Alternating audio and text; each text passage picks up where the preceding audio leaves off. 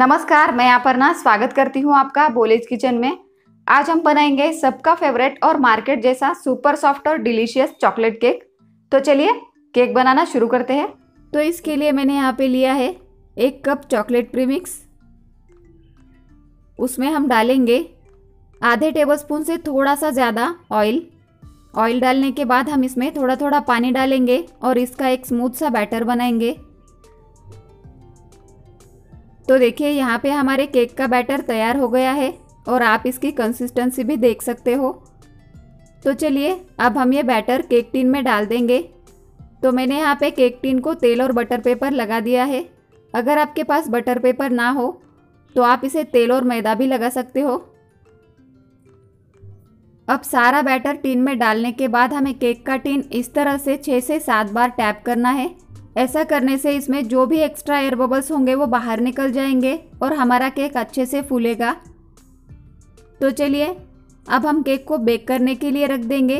तो cake bake करने के लिए मैंने यहाँ पे एक बड़ा पतीला लो टू मीडियम फ्लेम पे प्रीहीट करके लिया है और उसमें मैंने एक स्टैंड रख दिया है। तो अब हम उस पर केक टिन रख देंगे और पतीले पे ढक के लो टू मीडियम फ्लेम पे 30 से 35 मिनट तक केक बेक करेंगे। और आज का हमारा केक थोड़ा छोटा है, यानी कि आप इसे पाव किलो का केक भी बोल सकते हो। तो ये केक छोटा है इसलिए ये 30 मिनट में भी बेक हो सकता है। तो चलिए 30 मिनट हो गए हैं। अब हम इसके बीचों बीच एक टूथपिक डाल के देखेंगे और देखिए यहाँ पे टूथपिक क्लीन आई है। इसका मतलब हमारा केक अच्छे से बेक हो गया है। और टूथपिक को थोड़ा भी बैटर लग जाता है, यानी कि टूथपिक थोड़ी भी गीली आती है, तो आप इसे 5 मिनट के लिए और बेक कर सकते हो। तो चलिए अब हम केक को पूरी तरह से ठंडा होने देंगे। तब तक हम केक सोक करने के लिए शुगर सिरप बनाएंगे। तो शुगर सिरप बनाने के लिए मैंने यहाँ पे एक कटोरी में 1/4 कप पानी लिया है और उसमें मैंने डाली है 1 चम्मच पिसी हुई चीनी। और हमारा केक चॉकलेट फ्लेवर का है इसलिए हम इसमें डालेंगे 1/4 चम्मच चॉकलेट इसेंस और सभी चीज़ों को अच्छे से मिक्स करेंगे। तो यहाँ पे हमारा शुगर सिरप तैयार हो गया है और इधर हमारा केक भी अच्छे से ठंडा हो गया है। तो अब हम केक को डीमोल्ड करेंगे और डीमोल्ड करने से पहले हम इस तरह से चाकू से केक के किनारे छुड़ा लेंगे और इसके बाद इसे केक टिन में से बाहर निकालेंगे। तो देखिए बटर पेपर लगाने से केक इजीली केक टिन में से बाहर आता है। तो पहले हम इसका बटर पेपर निकाल लेंगे और इसे एक केक बोर्ड पे रख देंगे और केक की लेयर्स बनाएंगे। तो सबसे पहले हम केक को जो डोम शेप आया है थोड़ा सा वो निकाल लेंगे इस तरह से। इसके बाद हम केक को एक कट लगाएंगे। आज हमें केक की सिर्फ 2 ही लेयर बनानी है, आप चाहे तो इसकी 3 लेयर भी बना सकते हो। तो 2 लेयर बनाने के लिए अब हम केक को एक कट लगाएंगे केक के बीचों बीच और इस तरह से चाकू से कट लगाने के बाद उसमें एक धागा डालेंगे और धागे को इस तरह से अपोजिट साइड में खींच लेंगे। ऐसा करने से हमारे केक की लेयर एकदम एक जैसी आती है। तो देखिए यहाँ पे हमारी केक की लेयर तैयार हो गई है, ये पहली और ये दूसरी। तो चलिए अब हम केक की आइसिंग करेंगे और आइसिंग करते वक्त हमारा केक इधर उधर ना हिले इसलिए हम केक बोर्ड पे बीचों बीच थोड़ी सी क्रीम लगाएंगे और उस पर केक की पहली लेयर रख देंगे और उसे हम अच्छे से शुगर सिरप लगाएंगे। केक को शुगर सिरप लगाना बहुत ज़रूरी होता है। शुगर सिरप लगाने से हमारा केक बहुत देर तक मॉइस्ट रहता है, इसलिए हम केक को अच्छे से शुगर सिरप लगाएंगे। और शुगर सिरप लगाने के बाद हम पाइपिंग बैग की हेल्प से केक को क्रीम लगाएंगे इस तरह से पाइपिंग बैग की मदद से क्रीम लगाने से हमारा बहुत टाइम बच जाता है और सभी तरफ एक जैसी क्रीम लग जाती है। तो क्रीम लगाने के बाद हम इसे स्पैचुला से थोड़ा सा प्लेन कर लेंगे। बीच में हमें बहुत ज़्यादा फिनिशिंग करने की ज़रूरत नहीं है, आप चाहे तो इस पर चोको चिप्स डाल सकते हो या फिर ग्रेट किया हुआ चॉकलेट भी डाल सकते हो। और क्रीम लगाने के बाद हम इस पर केक की आखिरी यानी दूसरी लेयर रख देंगे और ये केक की आखिरी लेयर हमें इस तरह से उल्टी रखनी है, इससे हमारे केक को एक जैसी लेवल आती है। तो अब हम इसे भी अच्छे से शुगर सिरप लगाएंगे और शुगर सिरप लगाने के बाद हम इसे क्रीम लगाएंगे और इसकी फिनिशिंग करेंगे। अब केक के ऊपर की फिनिशिंग करने के बाद हमारे केक को जो थोड़ा सा डोम शेप आया था उस वजह से 2 लेयर में थोड़ा सा गैप तैयार हो गया है, उसमें हम थोड़ी सी क्रीम लगाएंगे और उसके बाद हम सारे केक पे क्रीम लगाएंगे और केक की फिनिशिंग करेंगे। और अगर आपके केक के बहुत ज़्यादा क्रम्स निकलते हो तो आप पहले केक को थोड़ी थोड़ी क्रीम लगा लीजिए और केक की क्रम्स कोटिंग करके उसके बाद ही केक को क्रीम लगा के आप केक की फाइनल फिनिशिंग करें।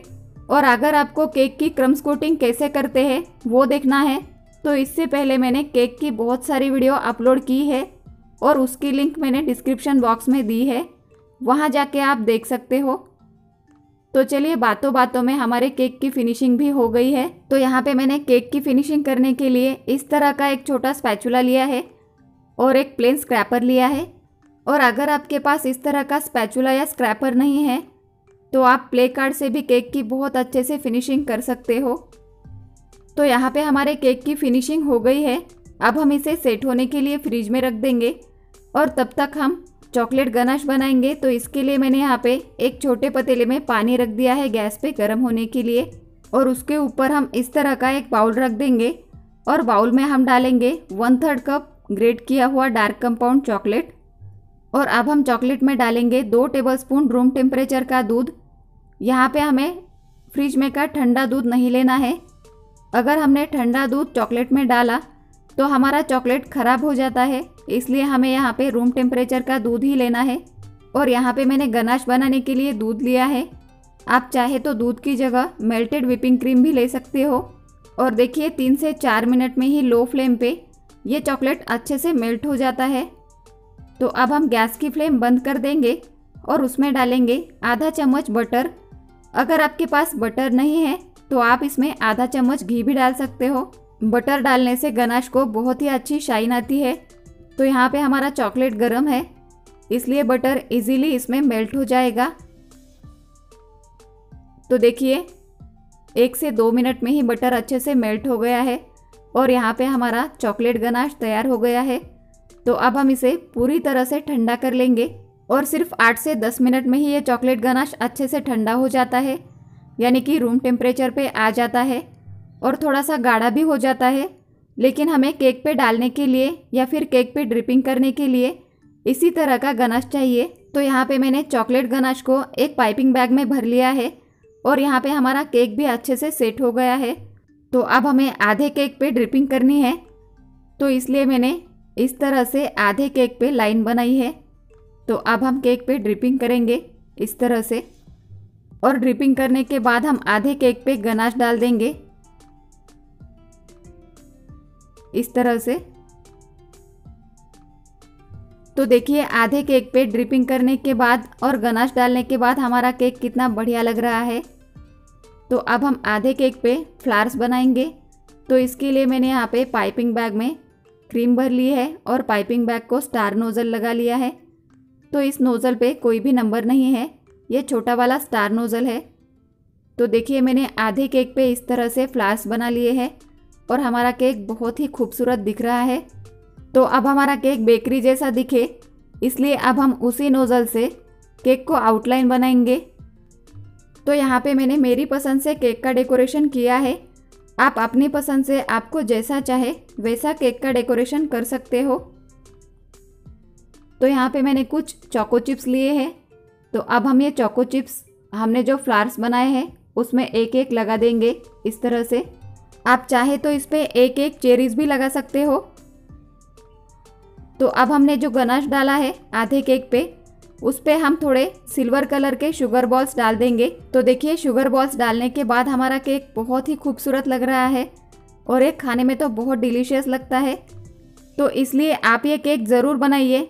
और ये केक आपको कैसा लगा और इसके बाद आप कौन सा केक या फिर कौन सी रेसिपी देखना चाहेंगे ये मुझे कमेंट करके ज़रूर बताइए। और ये केक आपको अच्छा लगा हो तो वीडियो को लाइक कीजिए, अपने फ्रेंड्स और फैमिली के साथ ज़्यादा से ज़्यादा शेयर कीजिए और ऐसे ही आसान और टेस्टी रेसिपी के लिए बोलेज किचन को सब्सक्राइब कीजिए। तो फिर मिलते हैं ऐसे ही आसान और टेस्टी रेसिपी के साथ। तब तक मस्त खाइए और स्वस्थ रहिए। Thank you.